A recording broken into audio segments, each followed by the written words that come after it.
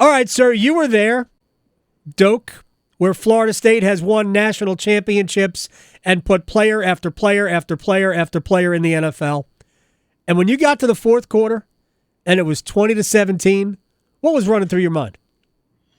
Duke had a chance, and it was a position the Blue Devils have not been in really ever against Florida State. The Blue Devils have never beaten the Seminoles in the series history. And so, you got them on the ropes. You weathered the storm, so to speak. It was a rockin' atmosphere.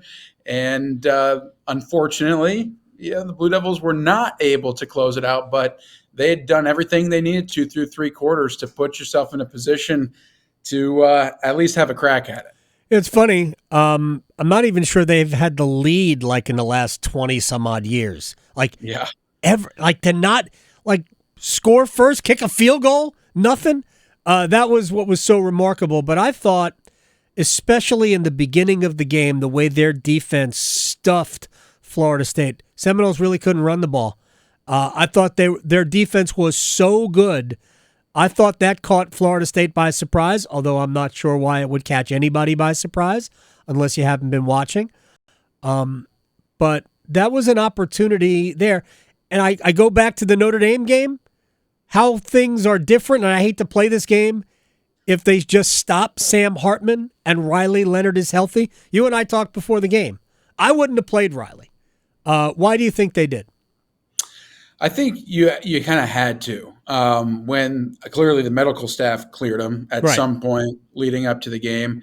Obviously, Riley wanted to play, and he certainly gives you the best shot at winning. And I think if you're Mike Elko, you're considering what your locker room wants, what your star quarterback wants, and given the way that your defense is playing, the way Blue Devils have competed against some of the better teams in the country to that point, that you have a shot. Even though maybe Vegas doesn't give you a shot or other people, you have a chance at winning. And if you're able to pick up that game and close it out in the fourth quarter, the way we were just talking how the Blue Devils were so close, you are, clearly leading in the clubhouse from an ACC run perspective and put yourself with a little bit of wiggle room as you close out this ACC stretch that the Blue Devils have, kind of a grueling stretch.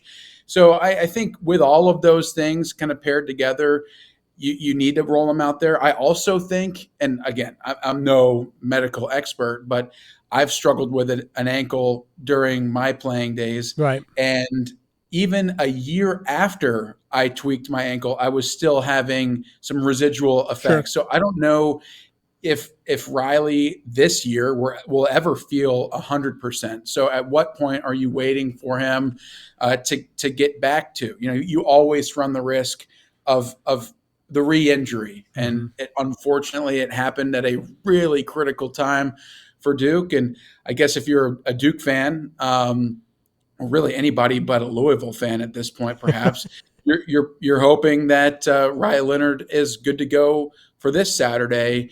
And because he clearly is the big X factor for the Blue Devil offense. Here's the thing. Defense, we kind of know. Yeah. The offense has had some passing issues. I mean, they've completed 18, I think, passes the past 2 weeks. So you need Riley Leonard out there to be your best. I think they completed just 7, right, against Florida State. Riley was 6 of 17, and Henry was, I think, completed 1 pass.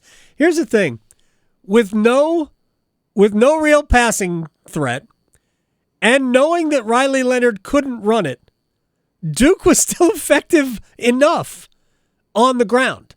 They were still able to move the chains, which is kind of remarkable to me because Henry Beelan does give them a little bit more juice, at least did, theoretically, I guess, in the pass game, although it was hard to prove that based on statistical data. Is it enough to just have the threat that Riley Leonard might just remember what he's great at, which is being an elusive runner? And that would be enough? Because I couldn't believe that they were able to run the ball without the threat of Riley. I think it is enough just to have the threat. I mean, we did see one occasion in the game. It was a second and long, I believe. The Blue Devils were kind of backed up. Riley kind of did a Riley thing and ran off the right side, improvised a little bit, and got it to a third down and manageable that the Blue Devils were then able to convert. You know, his elusiveness, the sack avoidance, all of those things definitely change the demeanor of a defense. And you've got to make sure that you're containing him, even if he's a little bit hobbled. So, yeah, I also think, though, Adam, one thing we've learned, and we just talked about how good the Duke defense is, this is a legitimate rushing attack for the Blue Devil offense. As you said, Florida State, a very good defensive unit, the week before NC State as well, especially when it comes to stopping the run. They are built to take away that run threat, and the Blue Devil offensive line and running backs continue to have an effective attack, and it's partially because of physicality and distorting the defense. But I think Jaquez Moore and Jordan Moore, two of the best running backs in the country, especially as a tandem, when you think about what each of them has from a strength perspective. Jordan Waters. Jordan Waters is much more of a, the power back, and then Jaquez Moore is kind of the speedster, and he ran away from the entire Florida State defense for 42 yards on the opening drive. That was a heck of a touchdown run, man.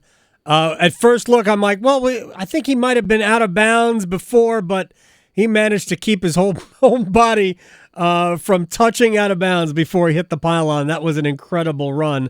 By the way, Jordan Waters is a friend of the program and is a big fan of eating at McDonald's. I don't know if you knew this, but it's one of his favorite things. Also, doesn't watch any football. He doesn't watch football. It's because he makes enough plays. He doesn't have to go consume it anywhere else, right? He just watches his own tape. He goes to McDonald's and he goes hangs out with his family. He does not watch any football. Dave Harding is joining us here on the Adam Gold Show. All right, so now walk me through what's next. First of all, do you expect Riley to play at Louisville? And they've only got 2 losses. They're not out of it, but they've got to win out to make it to Charlotte, but I think they can win. I think they can win every game they've got left. They've only got 1 loss in conference because the other was that non-con loss. And yeah, I mean, this does feel kind of like a must-win game if they want to play in Charlotte. Just with the way that, doing away with divisions, Louisville right now has been playing well. Obviously, they slipped up before the bye week. They were open last week, but against Pittsburgh with some turnovers, their path, say they're able to knock off Duke, their path to kind of a perfect finish is a little bit easier than the Blue Devils with just who they have remaining on their schedule. Duke still has to go to Chapel Hill. You're hosting Wake Forest. You got to go on another road trip up to Virginia. So there are a few games that still loom large. Pittsburgh to close the year, where Duke hasn't had great success against the Panthers over the years. So a tough still remainder of the season. You got to handle this week first. And, you asked, do I expect Riley to play? Mike Elko's line, as it has been the past couple of weeks, is he's day-to-day, sure. Shockingly. But, I think you can kind of look at what he looked like on the sideline after the game against Florida State. He was certainly trying to make a case for getting back into the game. So I don't know. Your guess is as good as mine.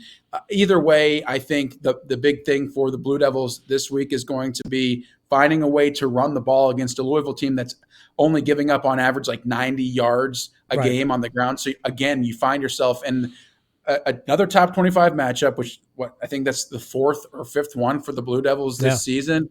And then another stingy defense on the ground. So you've got to find either an ability to run the ball against them or open up your passing game, which Duke has been a little sluggish in over the past couple of weeks. And then defensively, finally going against more of a pro-style quarterback. Jordan Travis was in position to be sacked a few times on Saturday night. Right. I thought the Duke defensive line did a good job of providing and applying some pressure, and he finds a way out. So this week, you got somebody that likes to stay in the pocket a little bit longer. Maybe you've got a chance to apply some heat and win the turnover margin. But definitely feels, when you think about Duke's path to getting to Charlotte, which I think they are an ACC championship level team, just with what we saw. I mean, if Riley Leonard's healthy, they've got a great shot of winning the game on Saturday night. They've got to beat Louisville, and it's going to be tough. Yeah, so if the mission is to beat Louisville, if Riley Leonard is as convincing as he obviously is, I think he'll be under center. I'm nervous for him because it's hard to protect yourself when you're just not your normal self, and he is not. Dave Harding, you are your normal self, and I appreciate your time, man. I'll talk to you very soon. Sounds good. I don't know if that's a good or bad thing. Oh, it's a great – what do you mean is it a good or bad thing? It's a great thing. Oh, okay. I appreciate it. Handsome as you are. You were exceptional today. I'll say that. Go away. Go away. Dave Harding. We don't need that.